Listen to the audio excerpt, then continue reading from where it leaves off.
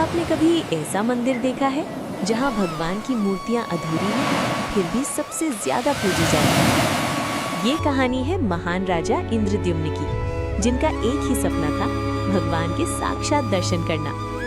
एक दिन उन्हें पता चला कि धरती पर कहीं नीलमाधव नाम से भगवान विष्णु स्वयं विराजमान है। राजा ने तुरंत अपने दूतों को चारों दिशाओं में भेजा, लेकिन सालों तक कोई खबर नहीं मिली। फिर एक विद्वान ब्राह्मण विद्यापति को इस रहस्य का सुराग मिला।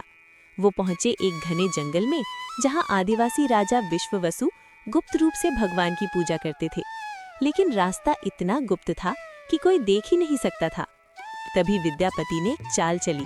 उन्होंने रास्ते में सरसों के बीज गिरा दिए और कुछ दिनों बाद वही बीज रास्ता बन गए। जब राजा इंद्रद्युम्न वहां पहुंचे तो उनके साथ एक चमत्कार हुआ। भगवान नीलमाधव अचानक अदृश्य हो गए। ओह!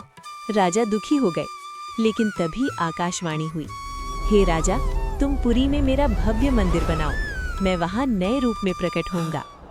राजा ने तुरंत जगन्नाथ मंदिर का निर्माण शुरू कर दिया।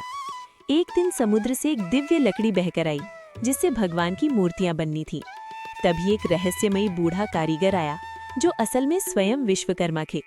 उन्होंने शर्त रखी, मैं 21 दिन तक अकेले बंद कमरे में मूर्तियां बनाऊंगा, कोई दरवाजा नहीं खोलेगा।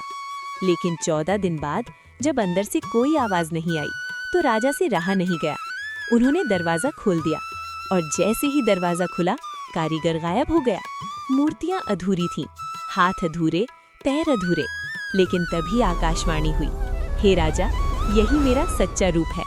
और तभी से भगवान जगन्नाथ, बलभद्र और सुभद्रा की पूजा शुरू हुई। आज भी ये मूर्तियां अधूरी हैं, लेकिन उनकी शक्ति पूरी दुनिया को आकर्षित करती है।